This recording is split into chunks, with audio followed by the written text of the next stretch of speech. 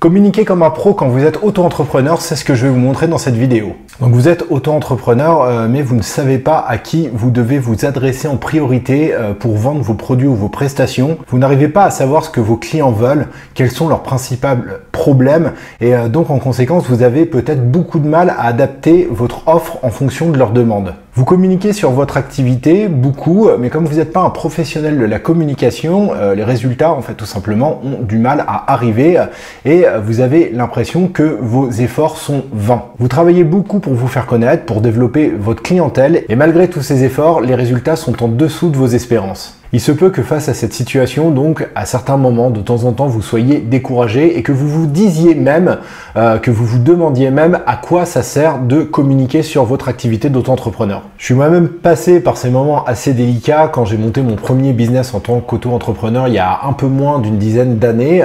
C'est assez simple, j'étais perdu, je ne savais pas à qui parler, à qui m'adresser, je ne savais pas où aller, je ne savais pas comment présenter mon activité. Je me suis vite découragé parce que j'utilisais des techniques totalement approximatif qui me prenait énormément de temps et qui ne m'apportait quasiment aucun résultat. C'est en changeant d'activité et en m'intéressant de près au web marketing que j'ai compris ce qu'il fallait faire. Il existe des méthodes simples pour toucher directement un public qui va être intéressé par nos produits. Il existe des techniques également simples pour savoir assez facilement ce que veulent nos clients, quels sont leurs principaux problèmes. Il existe également des techniques simples pour communiquer sur son activité, pour présenter son activité, pour se démarquer par rapport à la concurrence, pour également proposer un tarif.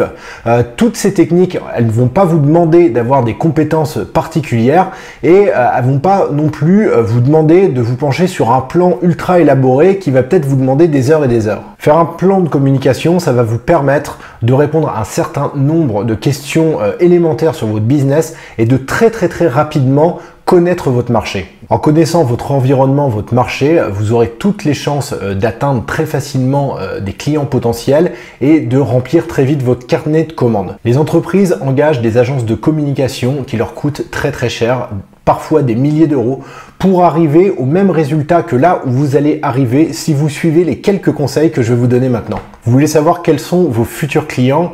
Eh bien, pour trouver vos futurs clients, c'est très simple. Il suffit d'aller tout simplement à l'endroit où ils ont le plus de chances d'être. C'est-à-dire dans tous les endroits où la thématique de l'activité est semblable à la vôtre. Allez à la sortie des magasins et des boutiques, allez dans des salons professionnels, allez également dans des séminaires. N'hésitez pas à visiter des blogs spécialisés qui ont pour thématique la même que votre activité à vous.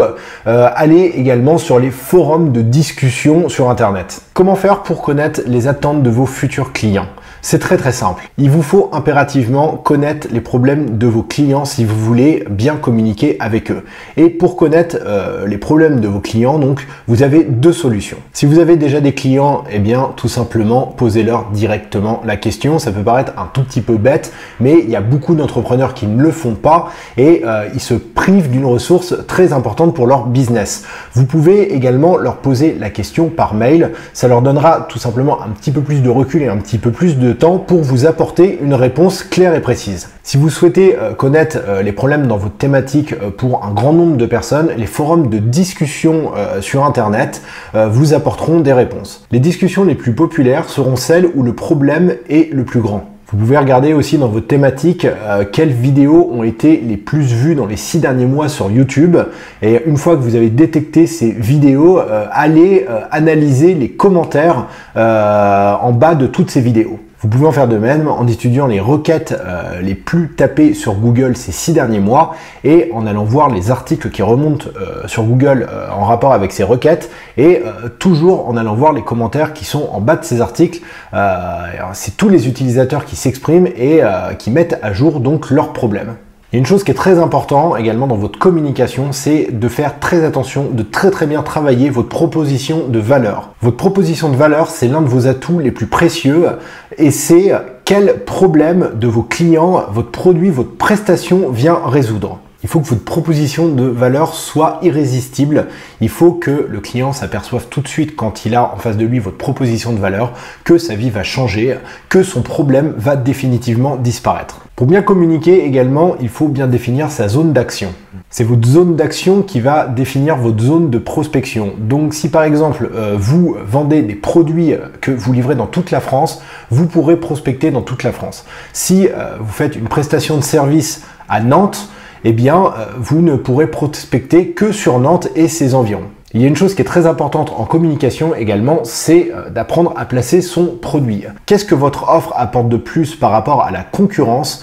Quel est le bénéfice qu'il y a à acheter votre produit plutôt qu'un autre? Dans votre communication, comparez votre offre à une autre offre qui apporte le même résultat mais qui est plus chère ou alors qui est plus contraignante. Vous pouvez également comparer votre offre à une autre manière de faire, une autre méthode qui va apporter toujours le même résultat mais qui va prendre plus de temps ou alors qui va demander des compétences particulières que vos clients n'auront certainement pas. Enfin, n'oubliez surtout pas de bien définir quel support vos clients utilisent le plus pour s'informer. C'est une question primordiale. Si dans votre marché, les gens sont habitués à s'informer en lisant des magazines, eh bien, il va falloir que vous communiquiez via ce canal, les magazines, donc que vous fassiez de la publicité sur les magazines spécialisés dans la thématique de votre activité.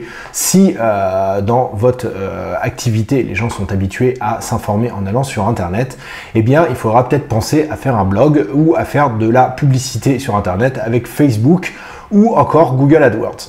En fonction du support que vous utiliserez, votre plan de communication et votre budget communication seront légèrement différents. Dans la prochaine vidéo, je vous montrerai comment bien rédiger vos futures publicités, vos futures annonces et également vos futurs articles de presse ou blog. Pour être sûr de voir cette vidéo, je vous invite à vous abonner à la chaîne YouTube travailleraddomicile.fr. Le lien est en train d'apparaître. Vous pouvez aller également sur travailleraddomicile.fr. Toutes les vidéos que je fais de formation auto-entrepreneur existent également au format article.